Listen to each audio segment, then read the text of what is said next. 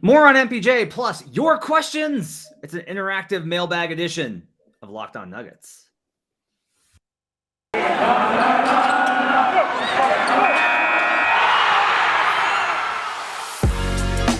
are Locked On Nuggets, your daily Denver Nuggets podcast. Part of the Locked On Podcast Network, your team every day. Hello, everyone. Welcome to Locked On Nuggets. My name is Matt Moore. I'm the senior NBA writer for the Action Network and the Nuggets insider for 104.3 The Fan in Denver. He's Adam Mares. He is director of content for DNVR. You can find his work at thednvr.com and find him often languishing, carousing. That's the word I was looking for. Carousing at the DNVR bar off of Colfax. All right. I've been known to frequent the bar for sure. To carouse. Are you much of a carouser? I think D-Line's probably a little bit more of a carouser. I would say. Definitely more of a carouser.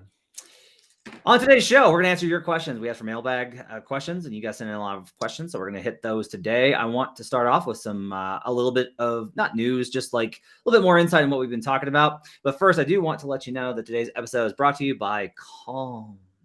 For a limited time, our listeners can join LeBron. Nuggets fans, huge LeBron fans, using Calm to get a 40% discount off a premium subscription. Go to calm.com/LockedOnNBA. I want to thank you for making Locked On Nuggets your first listen each and every day. We're free and we are available on all platforms. All right, Adam, first things first, I got to talk about MPJ. So here is my understanding of the situation. And Harrison had a lot of this in his column, which I forget the name of. Wind chimes. Wind chimes. There we go. Not wind whispers. That would be creepy. Wind chimes. Wind whispers. Wind whispers. My understanding is that as of now, there is still no part where everybody's like, oh no, like they are actively not keeping from us that he is going to have surgery and that his season is over. Like it really is a pain management issue is kind of how it's been described to me. They're not rehabbing a specific injury in terms of he suffered X. It's a herniated this or a broken that. Yeah. It is. He is uncomfortable and he is hurt and in pain, trying to get his pain management to a place where he can play. And if it doesn't alleviate, they're going to issue some sort of update on a reevaluation. Like if they can't get him back within a certain time frame, they're going to say like, okay, let's push this out X number of weeks and then we'll revisit it. Like that's like a worst case scenario. My feeling is like, it's not, again, like Malone kind of indicated, it's not crazy that he would play next week. Like that's not crazy. I don't expect him Thursday or Friday. So let me just comment on that. Cause unless you have other information. Oh, go. Because the thing is, you have two home games, Thursday and Friday. Thursday is against a very shorthanded Philadelphia team. By no means a cakewalk, but look, they haven't won in 2 weeks since Embiid has gone down. And then you got the Chicago Bulls on a back-to-back. That one will be a very difficult game. That'll be a test. But then you go on the road, and you go on the road for a really long time. And so if you look at just like best times to come back, obviously best time to come back is when you're ready and everything else. But you just look at it, it does get hard for about 3 weeks. After Friday. And so I do feel for Michael Porter in that presumably he'd be ready to come back at some point in that time. And if so, or maybe not, but if so, he's going to have to come back on the road in the middle of 2 very long road trips. That's just tough. I don't think it's impossible though. We've seen guys do that, right? Where they just come back in the middle of the road trip. I mean, I think with the back in particular, sitting on an airplane for a long time is probably not ideal. More meant it's not ideal in that they just had a 5-game home winning streak and it was 5 games at home. You're supposed to win at home. Now winning all 5 was impressive, but you're comfortable there. Going on the road, Denver, they start dropping games and then you drop him into the middle. It's just a tough spot to be in. I'm not, there's no this or that. I'm not trying to make a point about it. I'm just saying it's rough that you got the easy part of your schedule while you were out and then you come back to the tough part of the schedule. Yeah, it's not ideal. I would just say that, like, if he's able to play, he's got to play because they need help. Yep. But they're too short. Will Barton is doubtful for Thursday's game. I would mixed messages, by the way. Doubtful on the scouting report. Michael Malone sometimes does this. Seemed way more optimistic about it in his media availability. Yeah, so I wouldn't be surprised if they upgrade him to questionable either Thursday morning or Friday. Like, I would say there's no chance Will plays in both. And so it's been kind of interesting. Teams are starting to reverse course on what they've done over the last couple of years, where they play the first one and then rest the second one. They kind of switched it up a little bit this year. Do you have a theory? Like, okay, so Denver should beat Philadelphia. I'm not saying they will, just that one should be favorite. You play Chicago on a Friday night, second night of a back-to-back, even though it's in your own building. That to me is a coin flip game. Chicago is very good. You have to play fatigued. So do you, if you're the Nuggets, do you bring them back in the game you're supposed to win, or bring them back on the game that's more of a coin flip? I think the big key is just I would be more hesitant to, because it's a back and it can suffer re-injury. I think you hold them out until the Chicago game. Extra day rest. And again, hashtag not a doctor. If it's no, he can play, the risk of re-injury is going to be the same in either game.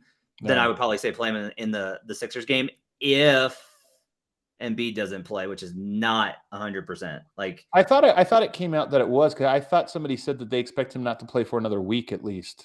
So I thought I saw that report today. I missed that because Malone kind of made mention that it's been kind of up in the air about it. I will have it here in my handy dandy list of injuries. Somewhere in this list will tell me that update. But I would just say that I know that Matisse Thybulle is not going to play. He is still out for the foreseeable future. If Embiid, let's say that you're right and Embiid's not going to play. If Embiid is not going to play, then I would say that this is I don't know. I still think you probably wait. I just think you wait and make sure that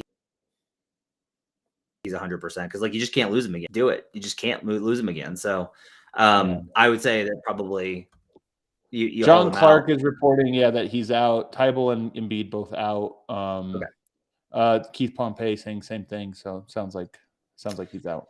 Andre Drummond, who is one of the players I think that has played the worst in Denver every single time I've ever seen him play here, will then start for the Philadelphia 76ers. So maybe this is the year that Andre finally gets a W in Denver. Let's take a break. When we come back, we'll start going through your questions when we return here on Locked On Nuggets. But first, I want to tell you, you know what makes LeBron James King James? Sleep. That's right. Sleep is his superpower. Calm, the #1 app for sleep and meditation, has teamed up with LeBron James to help you activate the power of sleep. When it comes to athletes, we tend to focus on physical fitness, but there's another side of the game that's just as important, and that's mental fitness. Calm, the #1 app for sleep and meditation, is teamed up with LeBron James to help you train your mind to become the champion version of yourself. Calm can help you train your brain so you sleep better, reduce your stress, and perform at your best, just like King James. As he says, quote, "Getting good sleep and finding time to rest is one of the most valuable things I can do for my body and mind. From the sound of rain falling on leaves to bedtime sleep stories, Calm puts me to sleep within minutes, which means I wake up ready for any challenge," unquote. I'm sure he said all those things. So if you head to calm.com/LockedOnNBA, for a limited time, you'll get a 40% off a Calm premium subscription. With Calm, you have access to the nature scenes LeBron loves, like rain and leaves, and so much more, like sleep stories and meditation, so you can be ready for any challenges life throws your way. Again, for a limited time, our listeners can join LeBron in using Calm and get a 40% discount on a Calm premium subscription at calm.com/LockedOnNBA. Unlock content to help you focus, ease stress, and sleep better. Get started at calm.com/LockedOnNBA. Calm.com/LockedOnNBA. We're also brought to you today by, oh, that's right. Yes, sir. It's Built Bar time. I love Thanksgiving. I love it. There's all sorts of good food. I'm the cook. Are you the cook in your house, Maris? Heck no. Well, that's lame. Get out. What are you doing? Fuck up. Man up. I cook. I actually don't cook turkey, though. I cook Cornish hens. You know why? It's easier. It's way easier, but not as easy as diving into a Built Bar. Built Bar is going to be better for you than all those pies and cakes and pastries and all the nonsense that comes around in the holidays. They're delicious, and you can feel good about it. Your desserts have got 300 calories. Built Bar is only 130. And they come with only 4 grams of sugar and plenty of protein. So replace that coconut cream pie with a coconut Built Bar, whatever one you prefer. Low calorie, low carb, low fat, high protein Built Bar covered in 100% chocolate. Built Bar is a great option when you're hungry. If Thanksgiving isn't coming soon enough, go for a Built Bar or two instead of, I don't know, whipping up a batch of green bean casserole just on a random weekday night. How weird would that be? New surprises all month. Limited time flavors arriving at Built.com regularly. So check the site often. And they're going to have a Black Friday sale. That's right. Built Bar Black Friday at Built.com. Use promo code LOCKED15, LOCKED15, and you'll get 15% off your order. Use promo code LOCKED15 for 15% off at Built.com. We will be right back on Locked On Nuggets.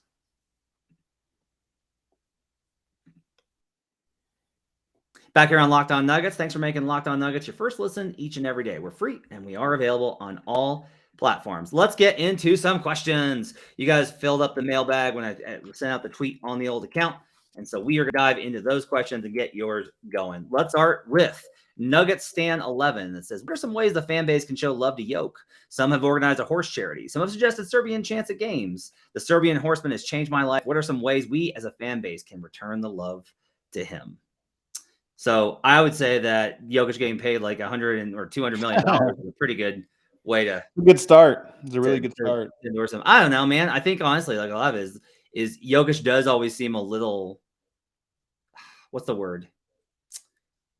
Embarrassed is the wrong word for it, but he seems just like he doesn't know what. I read a really great article about like how to take a compliment because so many people struggle with it, and I think it's one of the things that he's like. I don't think Jokic does well with compliments. He never really. He always seems to want to deflect it. He always like. He also hates giving them. So I don't know. I think the Serbian chance idea isn't bad though. Serbian chant could be really cool, for sure. It's funny, man. Not today. I did talk to Steve Hess today, but I remember talking to him a while back, or actually maybe this was on the Nuggets Serbia podcast. I'm inserting myself into this, but I think he actually told those guys the Nuggets fan base has done such a good job of loving him, and I think there is something to that. I'll say Jokic, I don't think really wants extra attention. So Serbian chants, I could see that. Just being at just the Nuggets selling out and the arena being full and that kind of stuff, I think is good. But I don't know that he necessarily wants all the other little things that might be a perk to being a staple in a city. I don't know if he really cares for that. I think he likes to go hiking, get away from everyone. I'll go hiking with him. I know some great spots. I know some great places to go. What would you do if you're on a hike and walking down the trail? Here comes Jokic. Imagine how upset he would be to see either of us. Oh man, he'd be so like I don't think he would stop. I think he'd be hey. Yeah, he would do it because that's what the players do. They're always like, no, keep going. If I get the head nod, I take it as a win. Eric Arfa asks, odds Monte gets traded before the next trade deadline. He seems like he'll be a casualty of being in the tax. I would say the next trade deadline is not this year. Is he talking about next year's trade deadline? A year from February. Okay. I would say probably low. I think backup point guard is too valuable. He's not cost controlled. So if they lose, like I think here's the big thing is I think they would probably go into free agency with him with the hope of Monte would just be like, no, I want to stay. Like I've been here. I know the organization. They believed in me. I think he'll want to get paid, right? So if a team goes high, it'll be like a Grant situation where it's like if a team throws out a number, doesn't he have a couple years on his contract? Oh, I think he just signed the long-term one because his contract is kind of big. That's part of what's so kind of wild about it. Right. So I'm not saying like he's up next year. I'm just saying like I think that they're more likely to keep him because it's cost control. I don't think that if they're going to try if they're going to try and scrimp, I think they would probably try and scrimp on even further out on the margins. Monte's locked in through 2024. 3 more years. I don't think. Here's part of it. Monte is firmly in the middle class of the NBA. He makes 8.8 now. He makes 9.8 in 2024, and by 2024, it's likely that he's actually well below average. In terms of salary, I think having a backup point guard, particularly that can run the second unit, is extremely valuable. Having him on that type of a deal is extremely valuable because your downgrade from middle class to lower class is steep. Like that's a pretty steep drop off. I don't know. You're shaking your head. Do you disagree? I don't know that I agree or disagree. I don't think he's like a guy that Nuggets wouldn't touch. He is his contract makes the most sense to move outside of like JaMychal Green's, for example. But so I could see it. $9 million. Denver's going to get to a point where you can do a lot with $9 million going forward. So maybe $9-10 million. So I wouldn't be surprised if he was a guy that was traded. But at the same time, you're right. He's a really good backup point guard. Denver might get to a point where they need to spend that money amongst 2 or 3 different role players instead of just one. So I could see it. Mike Shields 99. Do you think the team is taking a different approach to managing injuries this year, given our history of missing people in the playoffs? I would say that being cautious with Will Barton is a positive sign. On the other hand, they did play Jokic 37 minutes on a back-to-back. Like they didn't have any options, really. But, I think Yoke's already got one rest game in, Matt. Sure, that counts. It counts. It does. It actually does count. If you are Michael Malone and the training staff and everybody, you do look at it and say, hey, he didn't play a game. He took one off. Like another 7-8 games from now, maybe he takes another one off. So I don't know. I think, look, Zeke Naji out with an ankle. Ankles are kind of tough. I would say that I don't think they're being overly cautious. I think guys are just hurt. That's what I was going to say. I don't think we know yet because sadly, 14 games into the season, they don't have the luxury of resting anyone. They've got to play every available body that they have, including Bowl. So I think we don't have the answer. I will say, I don't think the Nuggets have had a game yet where I've looked at the minutes and gone, oof. You mentioned a couple here or there, like where it was like 37. There's a lot of players, including veteran players, averaging 36, 37 minutes a night. So I think I haven't actually looked and seen a single game where I thought, man, that was way too many minutes or anything like that. The minutes have been around 34, for the key guys. Yeah, it's been fine. I thought it was interesting on the back-to-back. That was all. Charles Presley, Blaze McStevens asks, will injuries force a trade of some kind? No. The front office has been pretty consistent with this, that they tend to ride it out. Like I don't think that they want to make changes to how the team operates based off of the concept of like, we're really shorthanded, so we need more depth. So I think their idea is like, well, we can trade for other people and then they can get hurt. Like there's no real way to control it. Would you like to have a deeper team? Sure, you'd like to have a deeper team. It's hard to say what was meant by this, because if you mean like, would they trade Jamal Murray because they're like, hey, we just got to start winning, we can't waste this year? I don't think so. Same with Michael Porter. One, you couldn't do that, but even if they wanted to, I don't think that'd be their MO. If there was like if PJ Dozier got hurt, would they trade him? Yeah, I think they would, if they felt like, hey, we just can't have this empty roster spot. Somebody will take him on if we attach an asset or whatever. Maybe even a Jeff Green, something like that. But with the guys I think you're getting at here, like a Murray or a Michael Porter or even a Will Barton, no, I don't think Denver would make a move based on that. Ben Maddox asks, between Jeff Green, J-Mike, Zeke, and Dark Horse Vlatko Chanchar, who do you think is closing the season in that small 4-5-ish role for the bench? Or is it someone not yet on roster? Who do you think closes the season in the small ball 4-5 role? JaMychal Green, most likely, but almost equally as likely to me as Zeke Naji. I think he played great in his limited minutes he's had so far. I don't know that means he's going to play right away, but maybe he'll play tomorrow. Maybe there's an opening because there's just so many guys banged up. I think he'll get a few more opportunities, and if he plays well, he'll be there. As opposed to say Vlatko, who I think if Vlatko would really have to play well to be like to jump J-Mike or somebody like that. Whereas I think Zeke can do it if he just plays well for a stretch, like say a 5-game stretch. Oh, for the halcyon days of the Olympics where you were hyping up the possibility of Vlatko making the leap. Oh, for those halcyon days. Look, man, I think Vlatko is like he's like a classic backup quarterback. Like the backup quarterback's not winning you the Super Bowl, but if you need him to be there for 3 important weeks mid-season, he steps in and does a great job. Oh, you mean like non-Broncos backup quarterbacks, like not Drew Lock, but like a good backup quarterback. That's what you mean. Drew Lock is the backup quarterback. What do you mean, man? What do you do with Facu moving forward? He's in a contract year. If he's not in the plans for the future, do you move him, or do you think Conley will try to keep him in the offseason? Is he serviceable until Jamal comes back? His whole situation perplexes me. That's from Blairy Posa. I'll take this one first, because I know you'll have some takes here. The Nuggets would only trade him if he wanted to be traded. Yep. Like, I don't know that he's if he came to him and said, hey, it's not working out here, I see where I'm at the depth chart, would you trade me? I think they would look for it. And if teams were willing just to take him on in a deal, they probably would do it. But I don't think Denver feels like they have to move it. The way that was phrased was, it's the last year of his deal. You don't move guys like Facu just because they're expiring contracts.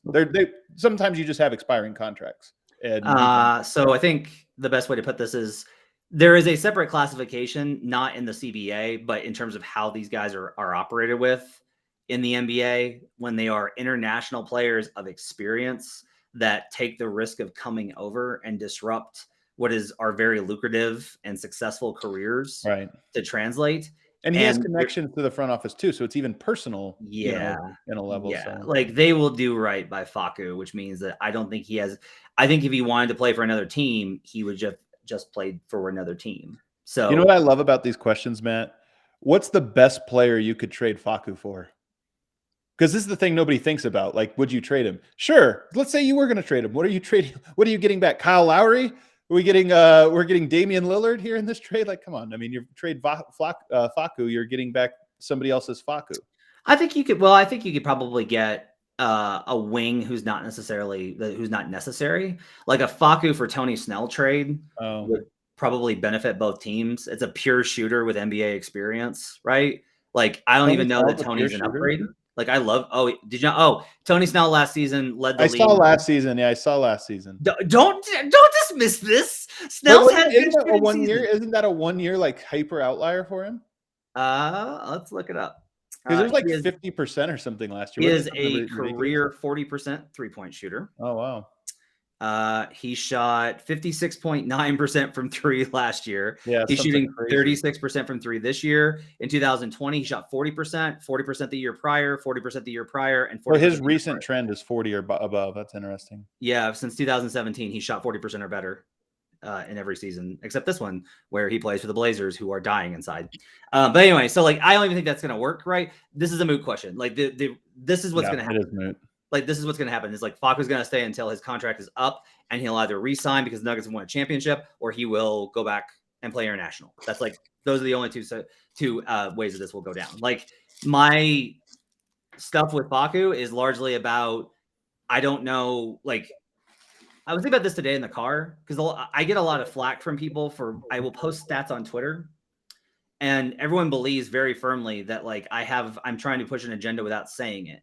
And my point is, oh come on, you are though. Oh, I wish you wouldn't. I wish you would give me the benefit of the doubt when I. But I'm saying when you post like I can post specific stats and like based on the ones I'm posting, I'm trying to make a point. I would tell you that what I'm trying to say is often misinterpreted. Where if I post a number that like, so I posted a bunch of stuff about the Mavs, and I was basically like, the Mavericks fans think the problem is Dwight Powell, and I was like, well, look, if you play Luka with Dwight Powell without Kristaps Porzingis, they win their minutes. If Porzingis plays, they don't win their minutes. And what the implication here is like, we get it. Porzingis sucks. And I'm like, no, the point here is that's not working. There's a big difference between my assessment of a player and whether or not it's working. Those are two different things. Like my assessment of Facu Campazzo is entirely different from my concept of how it works when he's on the floor. Does that make sense? I think so. Alec Gwynn asks, what are some early trends you see in the league and how they might affect the Nuggets? I think offenses are starting to regress to the mean. I think we're going to see. You're saying people are starting to score a little bit better? Yeah, and I think the Nuggets are part of that too. Like their offense is kicked up, right? Like, Can I whine a little bit? Went back and rewatched the Dallas game. Luka got a few of these calls I don't like. Like they're starting to creep back in just little by little. And I was watching it and look, whatever, wasn't a big deal. But I watched it and I was kind of like, really that one? Yep. They've got there's now I will say it's interesting because it depends on who it is. Some guards are getting them and some guards are not, which I think is interesting. I think Damian Lillard still isn't getting a lot of calls. I think Steph Curry's actually not getting a surprising number. Like he got a few last night where I was like, wow, they didn't call it. But yeah, Luka's a grifter. This is why I was always very upset when it was like Harden and Trey. And I was like, you need to throw Luka in this conversation. Like this is who Luka's been. Yeah. Luka is very much Harden 2.0. As much as like that makes Mavs fans like blanch. He's very Harden-esque in his style of game, both good and bad. The other trend I would say is you're seeing a lot more diversity of scheme on both ends of the floor. I think teams are trying different things on offense and different things on defense. I do think that impacts a little bit of stuff with the Nuggets in terms of I am seeing a lot of teams that play at the level. Like the Nuggets are the exception as a team that plays up at the level more. Now the Nuggets have diversified their scheme too. But for a team that plays up at the level the most, they have been one of the few teams that haven't been eviscerated by it. A lot of the teams playing aggressively at the point of attack are getting killed by short roll kick out. And to the point where teams are adjusting their rotations specifically against those. The biggest mention I would probably bring here is like Portland did this. The Pelicans have done this. A couple of other teams have specifically been like, if you're just going to trap our guards, we're putting a short roll guy out there and we're kicking to trigger threes on the weak side every single time. And if you ask, like, why didn't they do that before? I would say, great question. A lot of it is because the guards felt like they could pretty much grift their way into fouls because they had all of the control. Guards are giving up the ball a little bit easier because of the differential in foul calls, is my working theory. That's just like a general assessment. Do you think I'm crazy? No, I haven't noticed it per se, but I just feel like I don't have that many big takeaways about the NBA this season at all. I mean, a lot of teams are hurt. There's just so much. It's just really weird. I know it's 15 games. At some point, we have to start saying these sample sizes matter, but it feels like not quite yet for me. So I'm still waiting to see. The one thing I'll say about the trend, and this is less of this year trend and more of, I think it's most loud right now, is that the new generation of players are so much more. It seems so much more equipped for this modern era of basketball, and I think you're starting to see more and more of those players just take over. Where before you would have these like outlier, crazy felt like once in a generation. Now here we are 10 years into the like small ball revolution or whatever, the shooting revolution, whatever it is. And you just have so many players that are now natural. I mean, you look at a player like Mobley, who is sort of molded to be a big in today's NBA. And I just feel like you get that from guards to wings to bigs. And I just think that's kind of interesting. Let's take a break. We'll come back and we'll go through some more questions when we return here on Locked On Nuggets. But first, I want to tell you about BetOnline. Back and better than ever. New web interface for the start of basketball season. More props, more odds and lines than ever before. BetOnline remains your number one spot for all the basketball and football action this season. You can head to the new updated desktop or mobile website to sign up today and receive your 50% welcome bonus on your first deposit using promo code LOCKEDON, LOCKEDON. From basketball, football, NHL, boxing, and UFC, don't wait to take advantage of all the amazing offers available for the 2021 season. BetOnline is the fastest and easiest way to bet all your favorite sports. BetOnline, where the game starts. We'll be right back on Locked On Nuggets.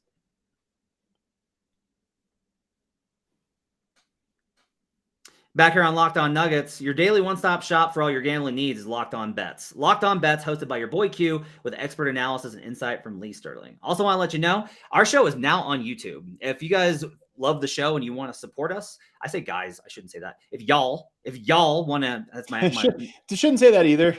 You guys, man, you're right. What is it? It's y'all. It's you all. No, we're gonna all have to start saying y'all. If you guys and gals. Well, I'm from Arkansas. I can get away with it. Like, oh man, you haven't. Y'all? No, you haven't got. I haven't gotten drunk. I haven't gotten drunk enough around you that my accents actually come out. Because when I get lit, the accent comes out full Arkansas.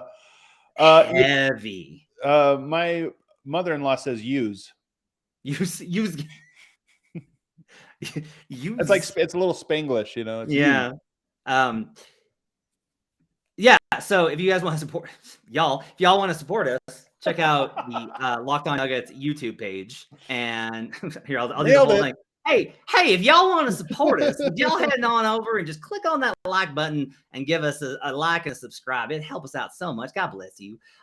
Let's go ahead and keep going with the questions here on Locked On Nuggets. Quez Hawkins with a popular topic for Nuggets fans. Before the Lakers-Bucks game, ESPN had a segment on, quote, the best player in the NBA. Jokic didn't get a mention. Nick Wright doubled down on his Jokic skepticism on the Bomani Jones pod. Is it going to take a finals run for Jokic to be in the combo as best player on a national stage? Yes. If he wins the NBA title and he wins NBA MVP and Jamal doesn't have a massive series, then they will finally give him his flowers. It's going to take that. That's what I've kind of settled on, because I love Tony Jones. I love Tony Jones deeply. Beat writer for The Athletic, for covering the Utah Jazz. And even he used the other night of hasn't accomplished anything on a grand scale. This is how we're wired. This is just how we're wired. And I think it's stupid. I'll just tell you right now. Jokic, if Jokic had only had an MVP and had good stats, which honestly, I will cop to this. That's who I thought he was going to be 4 years ago, right? There's no way that this guy is going to be able to manage it in the playoffs. I was stupid. This guy is an absolute playoff killer. He's a monster. He had, and look, I don't take back any of the criticisms I levied after Utah Jazz game 2 or 3. I don't take it back. At the time, that's where I was at with him, but came back, dominated Gobert in that game 7, dominated the Clippers in the next round. He dominated the Blazers last year. This guy's playoff certified and he doesn't get credit for it. But yeah, if you want the national attention that you think he deserves, it's going to take a title. Go ahead. And there's no way to get around that. It's not right, but there's two things you're going to have to square here as Nuggets fans. how things should be and how things are. You're never going to convince them to change how things are. This is one of those things where whatever you look for, you see. Because like Jokic is actually very well respected now. Yep. And you're right, Nick Wright doesn't respect him. But guess what? He's dug his heels in. Like he's just going to have to live in that corner the same way Skip Bayless did. And by the way, they're the same person. That they have a shtick. And look, Nick Wright makes good arguments, I think, most of the time. Like he's very talented in what he does. Like I'm sure he was great at speech and debate. He's very entertaining on certain topics if you're not like emotionally invested in him. But he has a thing, that's how it's going to go. So one, look, depending on where you look, you'll find that Jokic actually has a lot of respect from a lot of different people. And the conversation about is he overrated is largely just in the small minority of people. But if you want him to be universally accepted as the best, let me just prepare you. It's never going to happen. I shouldn't say never. If he wins like 3 or 4 in a row, it will happen. But how many great players have come along and won a championship, or maybe even 2, and there's still been people that said, yeah, but. And this is just how it works. Tim Duncan won 5 NBA titles, 5. multiple MVPs, was a great player in this league for over 17 years, and is not regarded in the same breath as some players who he beat in that time. Routinely. Like, to me, Tim Duncan, like I made the case. I was like, I think Duncan's got a case for greatest. But by the way, he did this in San Antonio. Yeah. He did it in San, like right now we think of San Antonio and we equate it with greatness, but that was because he was there for 18 years. Like that's why they were great. It'd be the same in Denver. If Jokic gives us 18 years where you're a 45+ win team every single year, people will be like, man, the Nuggets, they're always good. And it'll be 20 years from now and it'll be bizarro world. But so that's my thing is, one, if you look at Giannis, 2-time MVP, a lot of people thought, oh, but it's not real. Like, yeah, how can you be the MVP if you're this or that? All of a sudden he wins the championship and people are like the greatest 50 points in game, the closeout game, greatest this or that. And now he gets, all the respect, but there's still people out there that are like, yeah, but, and it's just, that's just how it works, man. You can make a lot of money in media if you're the yeah, but guy, by the way.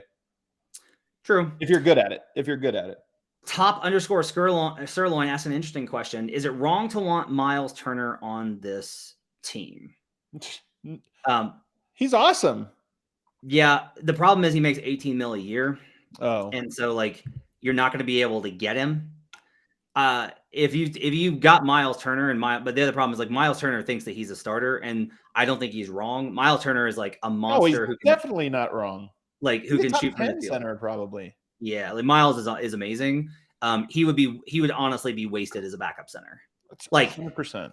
Like if you had him, would it be great? Because it'd be like, yeah, you would dominate the minutes in which Jokic does not play, because you could play switch all. Like you could play Dozier, you could play Barton, Dozier, Gordon, J. Mike, Miles, switch all 5. Like I was arguing, Seth Partner disagrees with me that he's switchable. I think Miles Turner is exceptionally switchable. I'll tell you, like, I think Miles Turner is probably, like, he's having a kind of a rough season right now. But I think overall quality of the league in the last like 3 seasons, I think Miles Turner is probably the 2nd or 3rd best defender in the league. He's amazing. Oh, so, I definitely don't think he's that great of a defender. I think he's a very good defender. I don't think he's top 3 in the league, but nonetheless, it doesn't matter. He's not your power forward, like your ideal power forward next to Jokic. Right. So if he's not that, what are we talking about here? Yeah. Joshua Thompson, what do you think of Bones Morris backcourt off the bench next year, or will one of them become redundant? No, I actually like Morris and Bones quite a bit. I think that's great. Both of them can handle, both of them can create, both of them can shoot. They're both smart players. Bones will be bigger. He'll be even, the game will slow down for him. You get those guys a legit 5 rim runner, and they're going to be in good shape. I 100% agree. They'll be a great, very fun backup duo. They have different talents, but they also both can score with the ball in their hand and run pick and roll. That makes for a really good second unit. Yeah, I mean, honestly, we're going to get there this year. That's going to be the backup 1-2 by the end of the season, or should be. He also says, if Zeke's best skills are rebounding and switch defense from the big position, can he be Denver's backup big going forward? Tough one. Yeah, I think he's right on the cusp. I think it's a lot of it's going to depend on. I'll say this: he needs a rebound. Yeah, I would agree. That's a big thing. Is like he's going to have to be able to handle the physicality and battle. I think Zeke's really good at some of the positional stuff. I think he brings a dynamic that's good. I like his ability to stretch the floor. I like him as a role man. I think the lob threat with him is important. He doesn't. But I don't know that he gets up high enough to really be a lob threat. Like he gets up okay. He doesn't have to be great. He just has to be tall and like able to like just like short lobs. That's fine. Yeah. I mean, would it be better to have like a? Let's put it this way: in this last game, you remember Bones fed him underneath, and he went up twice and kind of got it blocked. Yeah, like those are the plays that I think you need to be able to power through and dunk that one. Like you need to be able to go up really strong. And he's more of like you put some bodies in the paint. He's not dunking it through people. He's probably trying to lay it up and around. And that's the area where I don't know. Here's what I'll say about Zeke. I'm not sure what his skill set finishes as. Like, I don't know what he projects to be. I think it's interesting that the Nuggets had him, quote unquote, exploring his game this summer, because to me, and maybe I'm wrong, they have a better read on it. And I trust, the team to kind of know what they want of him more. But I don't know that I really care about 99% of things he doesn't already have in his arsenal. I want to see, can he be an elite defender that can switch everything? Can he be an elite shooter that can do this? And then, like you mentioned, he needs to rebound a little bit better and those types of things. But I don't know that I care if he can handle the ball or post up or do any of that stuff. Just run DHO. If you can run DHO, you can mimic the offense. That's a lot of it. Yeah, maybe. Nuggets Broncos asks, during the Nuggets road trip, which team will give them the most trouble? Now, they do have like a broken schedule, right? In terms of they play, they finish with Sixers and Bulls, and then they are on the road for the Suns, and Portland, the Blazers, and then they're back for the Bucks on next Friday after Thanksgiving, and then starts the really long road trip. I will just tell you, like, I don't see any scenario in which they win the Heat game. Like, I don't see any. There is no motivational edge bigger, I think, than this one. Like, I'm concerned about the environment. I'm concerned about the fans. Like, I am genuinely concerned about the Heat game on multiple levels. But I would go ahead and, like, that would be a good, oh no, we're down 20. Oh, I guess we're just going to sit there and they can laugh and clown us and we'll just move on with our lives. Like, I think that's fine. They're going to try and win it because they try and win every game, and they'll try and bust them the way they try and bust everybody. But that one is the one that I kind of circle. I think, look, they play the Suns is going to be a tough one. The Suns are much better than they were when they started the season. The Bulls, the game in Chicago is going to be tough. This Bulls team is legit. But then after that, like, it's Spurs, Pelicans, Knicks, Magic. They should win all those. Well, I don't know. The only thing about the Spurs is they do have that. It's the second night of a back-to-back with travel after 5 games on the road. Like that to me, that's like the ultimate. If I look at the entire schedule, that one to me is the one that's the most difficult relative to what it should be.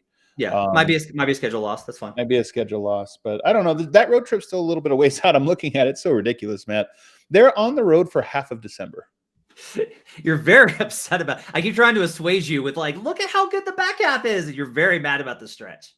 I'm just worried about it, man. That's a long. It's gonna be rough. Few weeks, man. Everybody's got a hard stretch, and this is theirs. Jokic rules, Embiid drools. Jokic _ rules on Twitter says, who plays first, Jamal or MPJ? MPJ, I think, will be back soon. Oh, by months.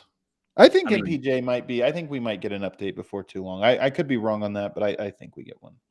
Yeah. Again, I'll tell you this: if we're wrong and there's something major going on, it is not our fault. Like, I'll just right. And I'm pretty yeah, open make about that clear. I don't know. Well, I'll just say this: I've been pretty open about times when I failed on a journalistic front. Like, I'm not always going to cover everything. Like, I missed Nurkic leaving the freaking bench. I should have written an entire story on that. That was my bad. Like, I just missed it. Right? I make mistakes like everybody does in their job. But I'll tell you, like, Harrison's checked in. You talk to people. I've talked to people. We've gotten the same sense. If they are hiding something and then all of a sudden comes out that he's having surgery or whatever else, like, that's because this is how that training staff in particular operates. And if it's not on the training staff, then it's on the front office for shaping the narrative to be that the training staff has that discretion to control the information. Because that's my understanding. If I'm wrong, happy to be informed about it. Please inform me. That's all I ever ask, is just keep me informed. So I can inform you, the great listeners of Locked On Nuggets. Amateur Samurai ask, if you could see infinite possible futures, this is a Marvel reference, Adam, so you can just turn your camera off. And there's only one where Jokic wins a championship, and it isn't with the Nuggets. Would you choose for him to leave the Nuggets? Actually, I guess that is for you. If the only scenario where he wins a championship is not with the Nuggets, would you want him to leave? No. selfish in this way. Here's the thing. I mean, I'm no doctor. That's a strange question, but if the nice, not. I'm so proud of you. No, here's the thing. The goal is always a championship. That's what you should be going after. But there's this idea of like, it would be easier for you if you went over to this place. And just that idea bothers me. Because what's the point? Of course it would be like, would it be easier if he went to the Lakers and joined AD and LeBron? Oh my God, yeah, they would win like 5 in a row. How great would that? To me, it's like the greater challenge. If you're in a situation where they're treating you fairly and giving you an opportunity, that's the challenge. So, and I think Giannis kind of like has reiterated this at this last one. And by the way, did you see Damian Lillard's quote when he talked about seeing Giannis? And he's like, sometimes I see guys and I wonder if they're really, truly happy or if they're just putting on the face. He's like, I saw Giannis and I know it was real. This is the thing. Could he go and get another champ? Probably if he went somewhere else. But this is the challenge. And I don't know that we should just make all championships equal. And I don't know that people should be looking at it that way of like, what's the easiest path? That's what you should do. It's antithetical to what sports are all about to me. Well said. Busy gets buckets. How is our defense play compared to when MPJ was playing? Just trying to see if this is sustainable when we're healthy. Actually, here's a kind of surprising turn for you. The defense was better with MPJ. No, I saw that. Yeah, it slipped a little bit since he went out. Now I think some of that's just natural regression. Yeah, I mean, we're at such small sample sizes, man. The league is starting to remember how to put the little round thing into the circle with the net hanging down. They're remembering how to do that, and that's been a little bit of it. Look, they've had some performances where they've gotten the numbers are a little bit skewed. Overall, the defense is still really good. There's been an interesting discussion on analytics Twitter about the Nuggets and about some of the numbers that are there. The Nuggets are giving up a very high conversion rate at the rim. Like even when Jokic is on court, which doesn't match the eye test, because when I watch Jokic, he's been amazing in that regard. But they are giving up a 70% field goal conversion rate at the rim. Very smart analytics people, including Seth Partnow, who wrote a book that you should get. It's out called Mid-Range Theory right now. Has said that of all the numbers that they've studied, at rim defense is one that they can actually point to and say that one is a metric that the defense actually impacts. A lot of the numbers, they honestly will say like it really has more to do with the offense than it does the defense. Now I'm not 100% on that. I go back and forth on those questions, but I would just say that under the hood, there are some numbers that make it seem like maybe Denver is not a top 5 defense in the league. Maybe they're a top 10. That's still more than good enough for them to roll. Frequency of attempts at the rim to me are so important. I mean, here's the thing. Shots at the rim, even against the best defenses, are still hyper efficient shots. It's just same as transition. If I said, hey, this team is the worst in transition, it'd be like, okay, but everybody's good at, like when you score in transition, everybody scores well. So you're saying that you're only scoring at 1.3 points per possession on that, which is like ridiculously great.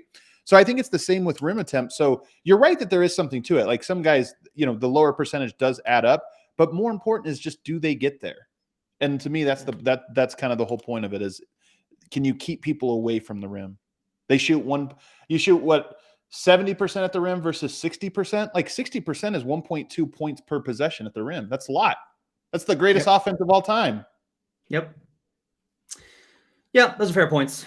Koza Bones B CB _25M on Twitter. What would your preferred rest plan look like for the Nuggets for the remainder of the season?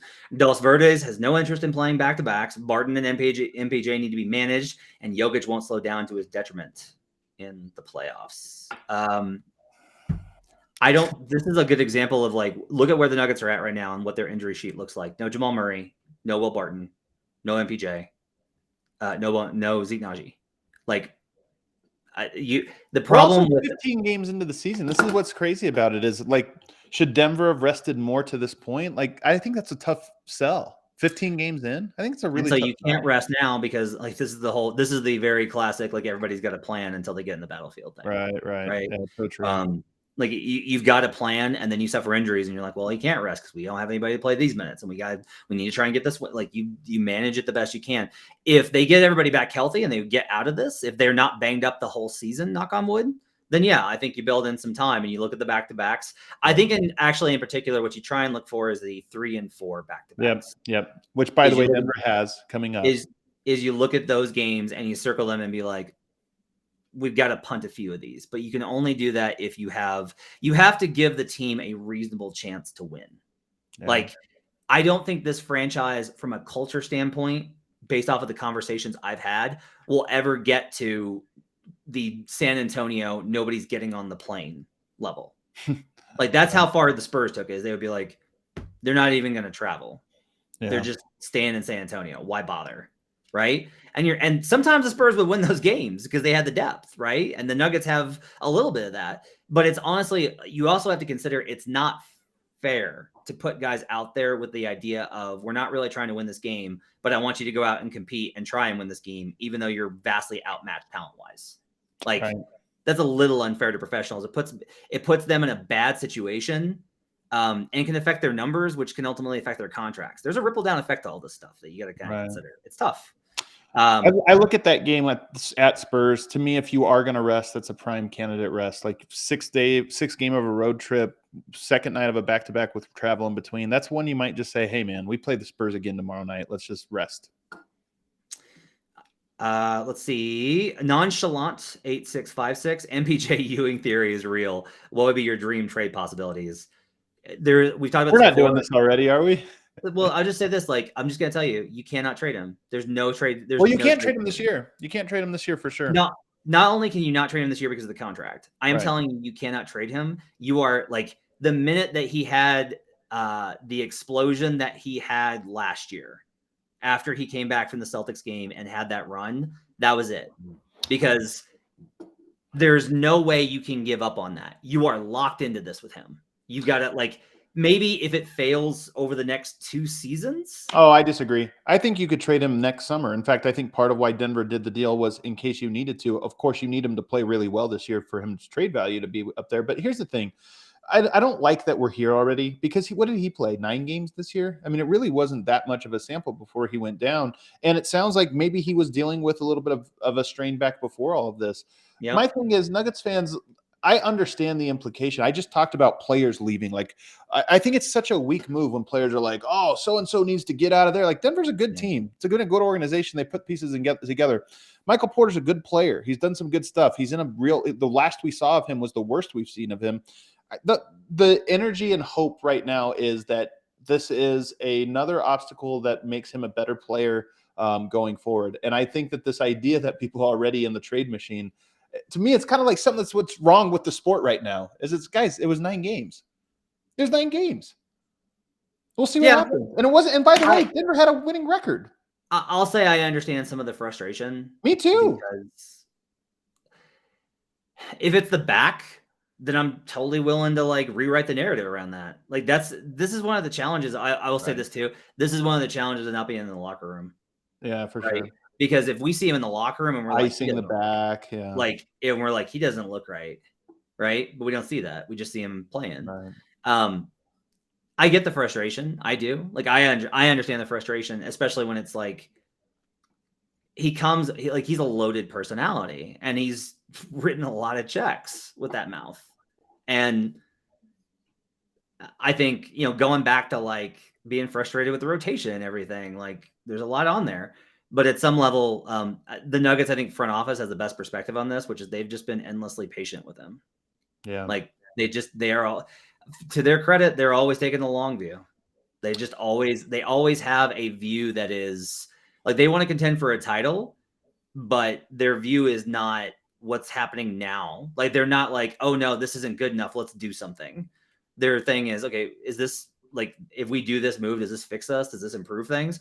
They look at things very much from a non-reactive standpoint. And it's honestly, as somebody who's hyper reactive, I really appreciate the way that they go about that. I just want to say though, again, I do think there is a problem with this idea of, like, ooh, this is not working in the immediate, like, right now trade. Let's hop on the trade machine. I just don't think there's something very cool about basketball, that it is this journey that takes 82 games for a team to figure out who they are together and individually. And then at the end of it, the team that's the best is the one that solved that problem. That sort of beauty has been ripped from us a little bit in the super team era, where these very flawed teams still can get through and do it. But Denver is not one of those teams. In their journey, they're never going to have I shouldn't say never. They're probably never going to have a 73-win Warriors season where every game is a breeze and it's just fun and you dunk on everyone. Right. And there's always going to be moments where you look at it and say, are we sure this is the right team? And right now, that's what we're asking. Like, are we sure Michael Porter is the right fit here? They sure look better without him. All these things are true, but it doesn't mean that it's going to be true after game 82 and heading into the playoffs. Yeah, I keep trying to focus on, you got to look at the big picture here. Like they keep winding up with 50 plus wins. They keep winding up in a position to make title runs. They keep improving same stuff with MPJ, I think, with Malone. Like, don't get caught up in your reactions to what you think he did wrong in one game. Look at the overall thing. Look at the big stuff. Derek, the DJ Johnson, Derek _ the DJ, is Peter Cornely a potential solution to backup center issue? Why did they bring him up?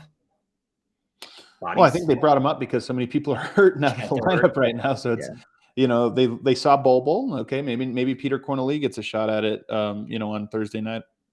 I don't know, but is he an option? I mean, that's impossible to say. He's a guy that seems to be working very hard, doing what's asked of him, but who can really evaluate his game at this point? And Watch Jokic Play says, is there any reason Bol wouldn't be traded this year? If no, what would that deal look like? The reason no is that maybe nobody wants him. Like I've said this for a long time. I don't think Bol finishes the season with the Nuggets. I think there's a trade, but if not a trade, I wouldn't be surprised if there was a buyout to open up a roster spot to head into the playoffs with an extra body. But don't expect to trade Bol for a piece that gets you over the hump. Yeah, it's been weird just because he goes in and he has these stints like that second quarter and everybody's like, why doesn't he play? And it's very weird to me how buckets influence people. Yeah. Like if you see a guy hitting shots, it's just like, he's good. And I get it. This is always tough because like, I've tried really hard. I used to be like this. I used to be kind of like like a gatekeeper about like casuals and stuff like that. And it's not that. It's just like, you got to understand that if you ask me like, why doesn't Bol play? And I say, because he's not really all that good. And the team struggles when he's out there. That's not like a personal thing. That's like, I have a healthy set of examples of him playing, even in low leverage situations. Like this is part of it. I'll say this, if you kill in garbage time, the team will notice. Like they do. Sometimes that is your opportunity. Yeah. Yeah. And this is a lot of it is like, you need to approach every single opportunity as if it is your best one. Yeah. And that's a challenge for a lot of guys. It's been a bigger challenge for Bol than anybody else. Yep. Is like, he wants to be in a spot where he goes and he gets 25 minutes a night and he's part of the rotation and he can work through his problems. And I don't know that anybody is going to say your minutes are more valuable than other options that we have. I just don't know of a team that's in that spot.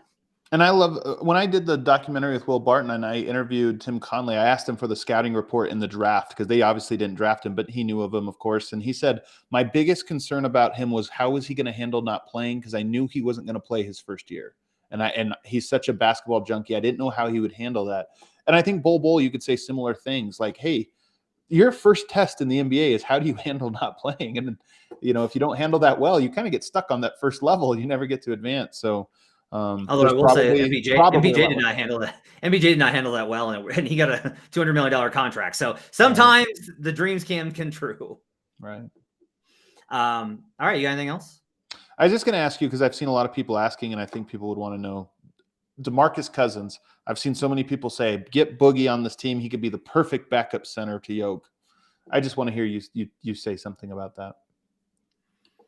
I think DeMarcus on court, which is where everybody cares about, would have moments that were great because that's how he kind of was the last couple of times that we've seen him, where he would have these stretches and you're like, Boogie! And like Twitter would light up and it's like, Boogie! Cousins scores again! He is a player you cannot play in a playoff environment because teams literally just hammered him in pick and roll on the last two teams he was on. They just targeted him over and over again. I also think DeMarcus at this point is who he is. The chemistry on this team and the combination of personalities, from what I know of, is very good. DeMarcus has never kind of shown that he's different. than who he was. Like, it's always kind of been like, well, yeah, he's Boogie. Like, he gets to stay who he is. And I think a little bit of tension in locker rooms is good. I think a little bit of spark is good. I think like Patrick Beverley's worn out his welcome a lot of places. I think that in the short term, what Patrick Beverley brings is good. Yeah. Right.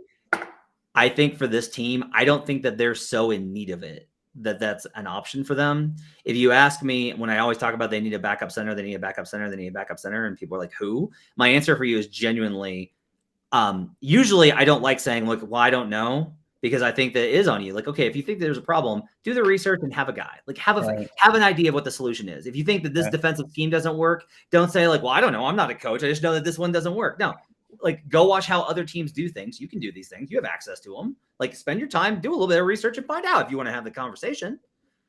I'll say this though, the scouting department is so good with the Nuggets that any guy that they would identify out of the G League that they would say, we believe this guy can play 10 minutes in a regular season format until the playoffs and get us by, I would believe that it will probably be pretty good. Now, they may not identify a guy, but I would think that whoever is highest on their list of assessments is probably worth a look. I just think that you need somebody who's low maintenance, that if it doesn't, this is also the problem. Cousins comes with attention. And I don't think that you need extra attention on a team trying to win a title. They got enough attention. They got an MVP candidate. Yeah. I mean, look, Demarcus Cousins is super skilled. I don't know that he brings the thing that second unit needs. Like, you think about that bench unit as a unit, like, 5 guys working together. And I don't know that he really brings that, what they're missing. But the bigger point to me is what you just said. Like, can he really back up Jokic? How happy he is. Like, he goes in there in the third quarter and he scores 14 points in 6 minutes. He's cooking. Then you got to come out because it's Jokic's turn to go in. I just don't know that even if he's accepting of that on its face, there's an uncomfortable tension that comes with that. And I don't know if he's ready for that role just yet. I don't know if he is. All right, that's going to wrap it up for Locked On Nuggets. Thanks for joining us, everybody. Really appreciate it. Make sure to hit the subscribe button on our YouTube channel. Make sure to hit the subscribe button. Leave us a 5-star review on Apple iTunes or wherever you have an ability to leave us comments. Check us out, Spotify, everywhere. We got so many options for you to listen to us. We will be back tomorrow night after the Sixers game. We'll have a post-game episode. And then Friday, we'll probably have an afternoon episode with a guest. And then we'll get to Friday night's game on Monday for our first episode of the week versus the Bulls. I want to digest that Bulls game a little bit. Hit us up with any more questions. We'll be happy to answer them. Thanks for following us. Thanks for liking us. Thanks for listening to Locked On Nuggets.